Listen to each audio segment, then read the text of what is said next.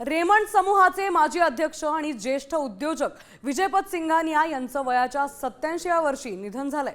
कापड उद्योगाला जागतिक ओळख मिळवून देणारे आणि हॉट एअर बलूनमधून जागतिक विक्रम करणारे ते एक साहसी व्यक्तिमत्व होते।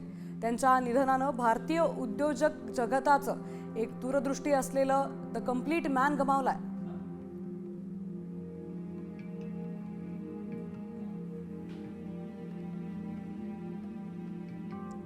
रेमंड समूहाचे अध्यक्ष आणि व्यवस्थापकीय संचालक, भारतीय कापड रेमंड ब्रँडच्या माध्यमातून जागतिक स्तरावर नेला। 1988 साली एकट्यानं मायक्रोलाइट विमानातून लंडन दिल्ली प्रवास केला। हॉट एअर बलूनमधून सर्वाधिक उंची गाठण्याचा विश्वविक्रम त्यांच्या नावावर आहे। पद्मभूषण पुरस्कारानं त्यांचा गौरवही झालाय।